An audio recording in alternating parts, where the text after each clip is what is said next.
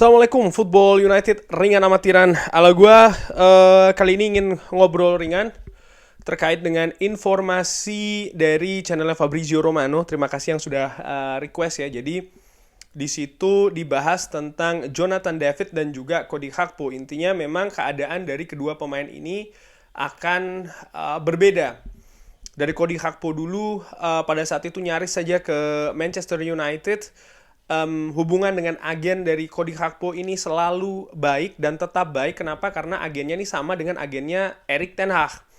Bahkan sudah ada pembicaraan sebelumnya yang dilakukan oleh Erik ten Hag langsung dengan pihak Cody Gakpo. Tapi ya Manchester United memutuskan untuk melanjutkan atau lebih fokus dengan Anthony, dan akhirnya Anthony yang mendarat di Old Trafford. Nilainya pun juga sangat fantastis. Setelahnya Cody Gakpo dalam waktu singkat ini ada kontak dengan dua klub, yaitu adalah Southampton dan juga Leeds United. Dimenangkan oleh Leeds United, bahkan sudah ada private jet yang siap untuk membawa Cody Gakpo ke Leeds. Cuman di saat-saat terakhir ada komunikasi dengan Louis van Gaal yang menyarankan lebih baik ditunda dulu. Ternyata menurut gue apa yang dinasihati oleh Louis van Gaal ini tepat. Kenapa? Setelahnya Cody Gakpo ini justru selain tetap berada di tim nasional Belanda, penampilannya sendiri dengan PSV Eindhoven semakin memukau. Angkanya, gol, assist ini sangat luar biasa, terus bertambah. Penampilan terakhir di Europa League mengalahkan Arsenal, Cody Gakpo menurut gue tampil sangat cemerlang sehingga valuasinya akan naik ya. Nomor 2, dia semakin menancapkan kukunya di tim nasional Belanda. Menurut gue ini hampir dipastikan Cody Gakpo akan menjadi elemen penting, bukan hanya pemain inti, tapi elemen penting di skuad oranye. Bagaimana dengan Jonathan David? Menurut Fabrizio Romano, kabarnya pun juga demikian. Sempat diincar oleh beberapa klub Inggris, tapi Jonathan David masih lebih memilih untuk memperkuat Lille. Di Ligue 1 juga menurut gue penampilannya luar biasa, angkanya, golnya juga sangat luar biasa, sehingga pemain Kanada ini yang nanti akan juga bermain di Piala Dunia.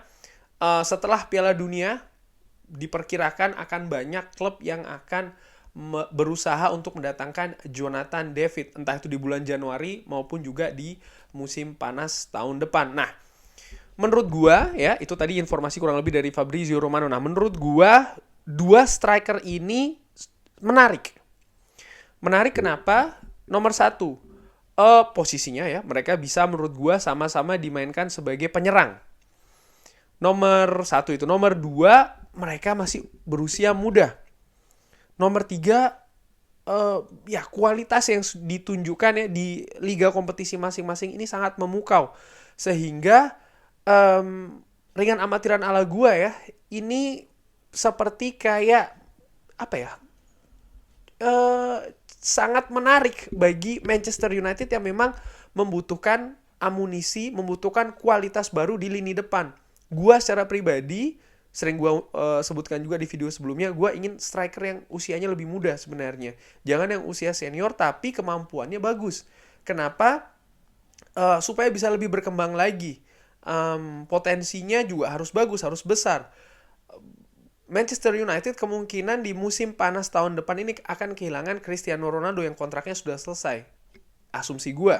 Maka pada saat itu akan ada Anthony Martial ya, masih ada di Manchester United, dan juga Marcus Rashford. Ini tidak bisa dikesampingkan posisinya dari kedua pemain ini, di mana Anthony Martial, ya gue tahu rawan cedera memang betul, tapi penampilannya, beberapa penampilan terakhir sebelum dia cedera, ini juga bisa memberikan kontribusi yang baik itu berupa assist maupun dalam hal ini gol. Marcus Rashford pun juga demikian. Dia tidak canggung ketika dimainkan sebagai ujung tombak, bisa menjadi solusi. Jadi menurut gue ini tidak bisa dikesampingkan dua pemain ini. Apapun alasannya, menurut gue dua talenta ini tidak bisa dikesampingkan. Kita menambah, atau gue berharap Manchester United menambah talenta ketiga. Striker muda, punya kemampuan bagus ya, bisa diproyeksi jangka panjang sebagai ujung tombak andalan dari Manchester United. Nah, ini gue melihat langsung ke Transfermarkt. Jonathan David ini dinilai atau valuasinya ada di angka 45 juta. Sekali lagi menurut gue ini akan berat ya, menurut gue dengan amatiran, karena di bulan Januari Manchester United nampaknya akan mengencangkan ikat pinggang, tidak tidak jor-joran ya seperti musim panas tahun lalu. Apakah musim panas tahun depan? Kenapa tidak menurut gua? Karena kita butuh, Manchester United butuh, ini terlihat betul beberapa pertandingan terakhir Manchester United butuh penambahan kualitas di lini depan. Ini merupakan heat maps dari Jonathan David musim ini. Bisa dilihat area operasinya selain di depan, dia juga rajin beroperasi dari sisi kanan. Ini berbeda dari Marcus Rashford maupun Anthony Martial yang lebih banyak memulai dari sisi kiri tentunya. Dan ini merupakan statistiknya musim ini. Gol sudah 9, assist 3. Wow, ini menurut gue cukup subur ya untuk pemain cukup tajam, berusia 22 tahun. Big chances created 3, key passes per game 1,4. Wow, ini tipikal dalam tanda kutip bomber ya. Ini merupakan top goal scorer di Ligue 1 Prancis, Liga Prancis. Bisa dilihat Jonathan David ini ya menyandingkan namanya dengan Kylian Mbappe, Neymar, bahkan dengan Lionel Messi pun dia lebih unggul sejauh ini. Alexander Lacazette juga masih lebih unggul Jonathan David. Pemain muda sekali lagi 22 tahun, cukup luar biasa. Dan ini goal plus assist, dia juga berada di top 4 di bawah Neymar, Lionel Messi, Kylian Mbappe, Jonathan David, bahkan dia lebih unggul daripada Alexander Lacazette. Wow, ini menurut gua ya dia punya potensi. Sekali lagi memang Ligue 1 berbeda dengan Premier League, tapi gua melihat ada potensi di sana dari Jonathan David. Sekarang kita melihat Cody Gakpo. Cody Gakpo bagaimana? Ini posisi heatmaps-nya musim ini lebih banyak beroperasi di sayap kiri memang betul, tapi juga bisa beroperasi di depan. Dan menurut gue pemain ini cukup cerdik, cukup cerdas, matang karena kapten PSV Eindhoven juga. Sehingga gue sih dengan amatiran ya percaya atau yakin kalau dia ini bisa dimodifikasi sebagai penyerang. Dalam perjalanan sepak bola banyak sekali pemain-pemain yang bisa dimodifikasi dari sayap, terutamanya menjadi ujung tombak. Thierry Henry, Robin van Persie, itu contoh pemain menurut gue sih dengan amatiran yang bisa dimodifikasi. Dan gue juga berpikir sekali lagi Cody Gakpo juga mampu. Ini raihannya luar biasa, gol 9, assist juga 9. Key passes per game 4,5. Wow, 4,5 per game dia menghasilkan key passes rata-rata. Big chances created 11. Ini sangat tajam sekali Cody Gakpo. Gol bagaimana di era divisi Liga Belanda? Cody Gakpo memimpin dengan 9 gol di atas talenta Ajax Brian Brobby ya. Juga di atas Steven Bergwijn. Gol plus assist, Cody Gakpo sangat dominan dengan 18. Posisi kedua pemain PSV lainnya adalah Xavi Simons dengan 11. Tapi gapnya itu menurut gue ini sangat dominan sejauh ini Cody Gakpo di era divisi Liga Belanda. Nah, Jonathan David ini menurut Transfermarkt 45 juta dan Cody Gakpo 35 juta. Beda tipis, beda 10 juta, tapi menurut gue valuasi dari dua pemain ini menurut Transfermarkt 45 dan 35 juta, tapi menurut gue lebih tinggi daripada itu, mungkin sekitar 60 bahkan 70 juta. Jadi kalau Manchester United ingin mengambil salah satunya, ya harus mengambil atau merogoh kocek ya 70-60 juta, karena memang kemampuan kedua pemain ini rising star betul ya, sudah teruji di kompetisi liga domestik masing-masing. Karena musim lalu, bahkan selama 2 musim yang lalu ya, Jonathan David ini sudah menunjukkan ketajamannya di usia 20-21, luar biasa. Bahkan menurut gue ketika nanti di Qatar tampilannya bersama dengan tim nasional Kanada bisa lebih moncer lagi, bukan tidak mungkin harganya juga akan ikut naik. Pun juga Cody Gakpo, sekarang namanya sudah dikait-kaitkan dengan klub besar, Barca, Real Madrid, ada dikaitkan dengan nama Cody Gakpo, termasuk juga Manchester United, sehingga ini pasti juga akan menaikkan harga atau valuasi dari pemain Belanda tersebut ya. Ini dari SofaScore gue bandingkan keduanya. Bisa dibandingkan ini ya. Dari attacking, Cody Gakpo tuh yang hijau masih lebih unggul daripada Jonathan David. Technical, Cody Gakpo lebih unggul daripada Jonathan David, unggul jauh. Tactical, Jonathan David lebih unggul. Defensive, Cody Gakpo lebih unggul. Dan creativity, Cody Gakpo unggul jauh dari Jonathan David. Karena menurut gue Jonathan David tipikal memang striker murni, mungkin yang lebih banyak berposisi di depan ya, betul-betul di depan. Sementara Cody Gakpo ini lebih mobile, jadi dia bisa juga ikut membantu pertahanan ya kan, ikut juga yang berkreasi katakanlah demikian di lini tengah.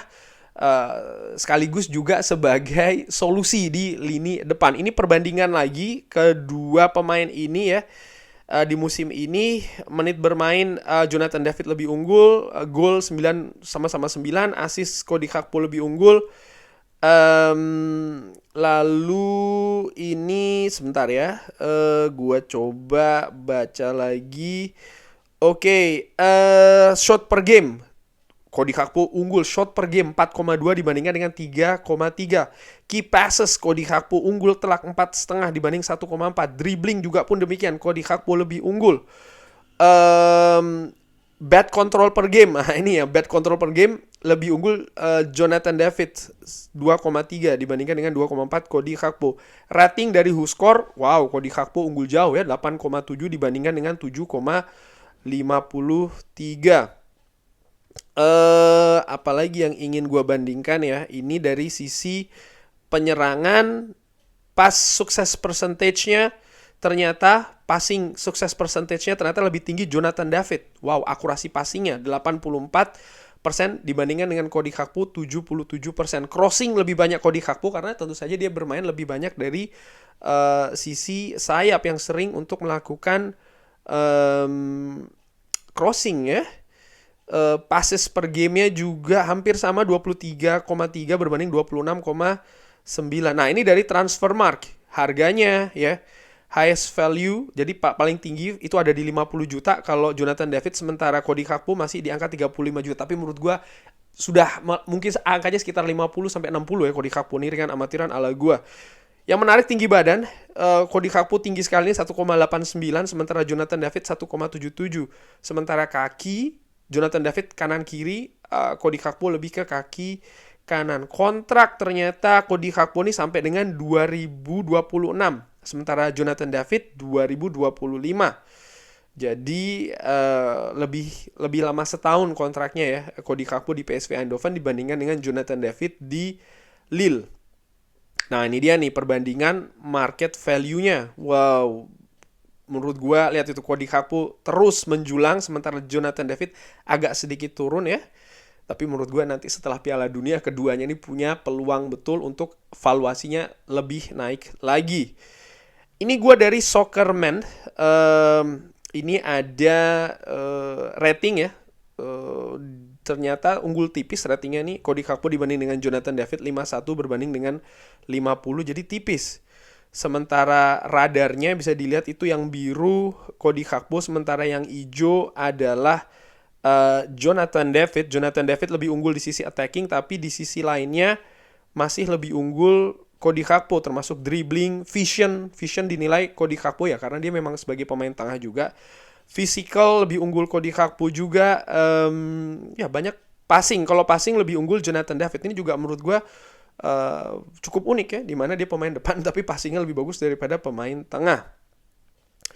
Sehingga dari faktor-faktor tadi yang gue sebutkan ini menarik ya, siapa yang akan, atau menurut gue ya dengan amatiran ini siapa, kalau seandainya saja Manchester United punya budget tapi bisa mengambil salah satu, Cody Gakpo atau Jonathan David, melihat dari kebutuhan, melihat dari pemain yang sudah ada di Manchester United, gua secara ringan amatiran, gua masih lebih memilih Cody Gakpo. Bagaimana menurut Sobat Football United? Pilih mana di antara kedua ini, Cody Gakpo, Jonathan David, dengan faktor yang gua sudah sebutkan tadi, dan juga apa yang dikatakan oleh Fabrizio Romano. Oh ya, mungkin alasan kenapa, karena gua melihat ya Cody Gakpo lebih versatile, lebih fleksibel posisinya, bisa dimainkan di berbagai posisi. Gue juga melihat kematangan dari seorang Cody Gakpo sebagai karakternya dia ya, pemain, kapten juga dari PSV Eindhoven. Bagaimana tentu saja bermain di tim nasional Belanda yang saingannya lebih banyak, tapi dia bisa memenangkan persaingan tersebut sampai dengan saat ini. Dia juga lebih punya pengalaman di Eropa bersama klub, bermain di Europa League, bermain juga di Champions League beberapa musim yang lalu, sehingga menurut gue lebih komplit pengalamannya. Tentu saja sekali lagi baik itu dari Ligue 1 maupun juga Eredivisie, ketika pindah ke Premier League ini sesuatu yang berbeda ya, harus ada adaptasi yang lebih. Makanya menurut gue faktor mental, karakter itu juga penting. faktor kunci menurut gue tentu saja ada di seorang Erik ten Hag, mana kira-kira yang sesuai dengan sistem yang ingin dibangun oleh sang manajer dan juga manajemen ya, bagaimana nanti pergerakannya. Cuman sekali lagi kalau menurut gue ringan amatiran, gue lebih memilih Cody Gakpo. Pilihan Sobat Football United, drop di kolom komen. Terima kasih sudah menyaksikan. Jangan lupa like, subscribe, sholat. Wassalamualaikum warahmatullahi wabarakatuh.